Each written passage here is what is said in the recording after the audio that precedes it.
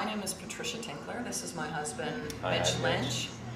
He is the coffee roaster extraordinaire, and I am the bar wench, as it were. So we own Friends Roastery in Salem, Ohio.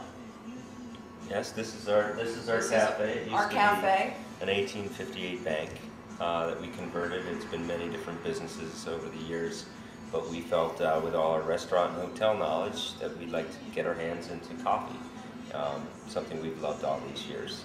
So over here we have full bags of green beans, and they're a small roaster that we operate out of that allows us to do pretty much any style of coffee. So you could come to me and I could develop a blend for you as you watch. People often ask us how we ended up in Salem, Ohio. We came here via San Francisco, where we had lived for almost 20 years. And before that, Boston, and a quick stop in Palm Beach, Florida. That's where I met Mitch. We were both working at the Breakers Hotel, and he was doing his chef's apprentice there, and I was waiting tables. And as he said earlier, our love of coffee is something that has spanned the whole 20 years that we've been partners. And I think that we decided when we wanted to do a business here in downtown Salem that coffee was a natural choice for us, because it was something that we both loved and we didn't feel that we would ever get tired of it.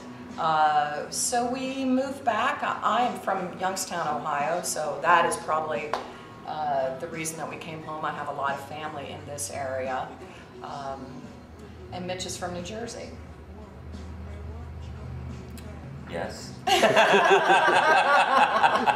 I am from New Jersey. Don't ask me what I did. Just a suburb of New York City, so we're very much in favor of diversity. I was raised in a very diverse culture. So San Francisco, Boston, the cities we've lived in the hotel industry have been homes to us. And there's something attractive about a small community that has a very protective nature to it, but has retained some of the architecture. And we found Salem, a suburb of where Patricia grew up, to be just that. And Northern California didn't avail us the price range in order to get a place like this.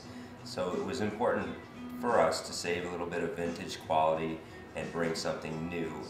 And in effect, it's stepping back in time in culture, because we're bringing a community that doesn't have a scratch-baked product and coffee roasted from scratch. So the fresh qualities of what we're doing represent through everything. We represent local artists, so we're always open to seeing new artwork. We sponsor events with music and so forth, and we really want to get more people involved and bring community back downtown. And that really is something we've done more of than sell coffee. So that's where you guys come in.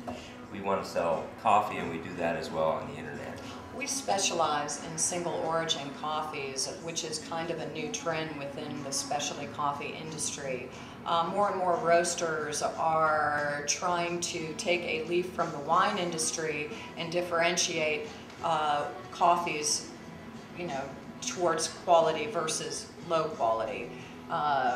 We have sourced, we think, some of the nicest green beans that are available, and my husband can roast them pretty much to your specifications, considering that we have such a small roaster. But basically, the coffees get dumped into this funnel here, and when I reach the desired temperature, this is a gas and electric machine with infrared panels. So it regulates the drum, which rotates in here. I'll drop the green beans in, and it's about, it takes as long as 20 minutes to roast a desired bean.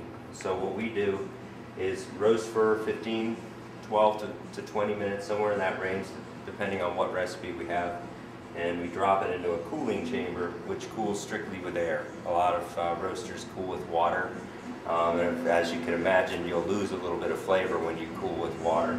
So we're trying to save as much flavor as possible and giving you a very fresh product. And because it's such a small roaster, I could drop 1 pound later or sooner, depending on what your particular profile is. So if I know a bean can withstand more heat, I can take it a little darker in the roast, say to a French roast. A lot of our roasts are sweeter, full city roast.